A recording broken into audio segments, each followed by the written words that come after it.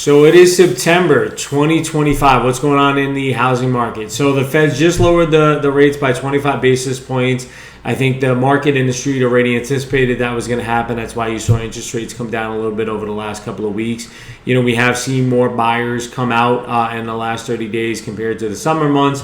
Summer months were a little weird where we had 1 week that was really busy, 1 week that was slow. I think the market had turned a little bit at the end of June, carried through to probably beginning of September. So we'll see how this kind of plays out. This 25 basis point cut is definitely going to help consumer confidence, which is what we want to see.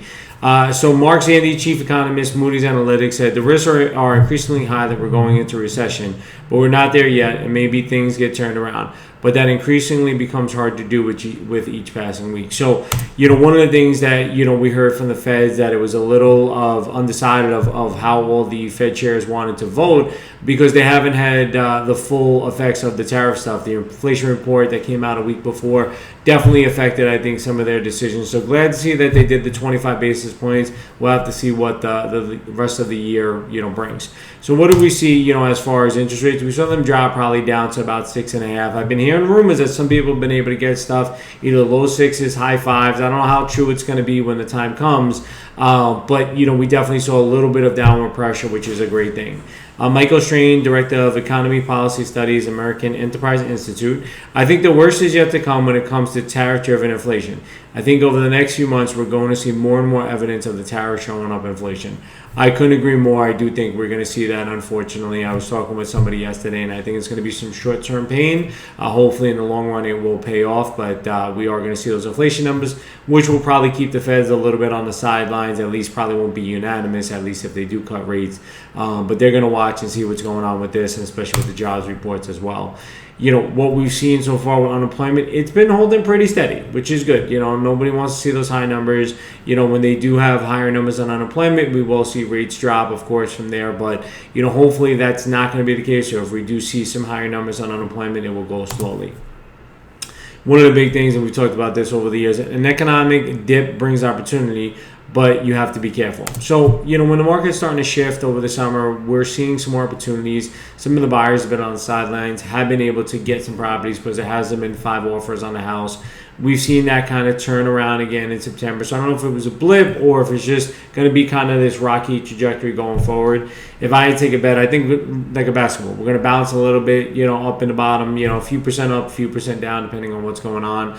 I don't see any major calamities in our market, but doesn't mean we can't go down at all. But the reality of it is, if you're going to be in your home for the next 5-10 years, so be it. I had a good client of mine, good friends. They were looking at something, saying, "Hey, we're going to be in a property for the next 3 years. We're getting a co-op." And I said, "That's great." I said, "Just understand the market. You're going to go up with the market or down with the market. You're not going to make money from that in a short period of time." So it's just going, where things are, in the market. You just got to watch what's going on for you and what your life, and that's what we do with our buyer consults. So Daryl Fairweather, chief economist, Redfin, said the Fed is in a tough spot. Some argue that with a weakening labor market, it's time to bring rates down.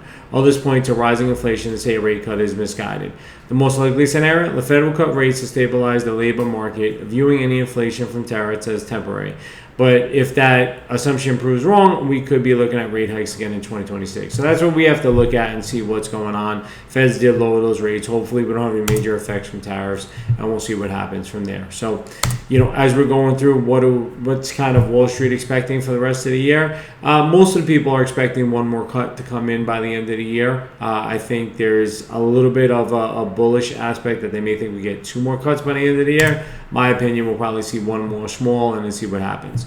The average of where, rates are projected to be, let's say by Q1 2026, is about 6.5, which kind of where they are today. They came down that little bit.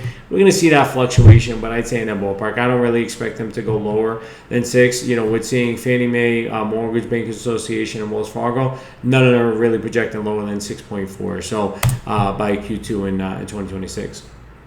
Odetta Kushi, Deputy Chief Economist, First American. There will be a significant regional variation in the underlying fundamentals condition of the national housing market, support a natural moderation of home prices rather than a sharp decline. So everybody's projecting that we're going to see some stabilization. In the Northeast, we've done pretty well, that we've seen continued growth. We saw our first hiccup, I'd say, over the summer. I'm sure another one's coming, especially if they do have to raise rates, if inflation gets up high. I don't see any major issues there. But like when we look at, change in home price growth vary by region, the Pacific was up about 1%, West, South, Central was 1.2, South Atlantic was 1.6, New England, 5.4%, Mid-Atlantic, which New York is in, 6.69%. We're Metro New York City, job market, still a strong economy. We've grown the largest section, in the overall country, better than a lot of the averages. So even if we see some declines, maybe we still have some growth, but maybe it's a 2% growth. Something that's nice and interesting is the amount of home sales is projected to increase, especially next year.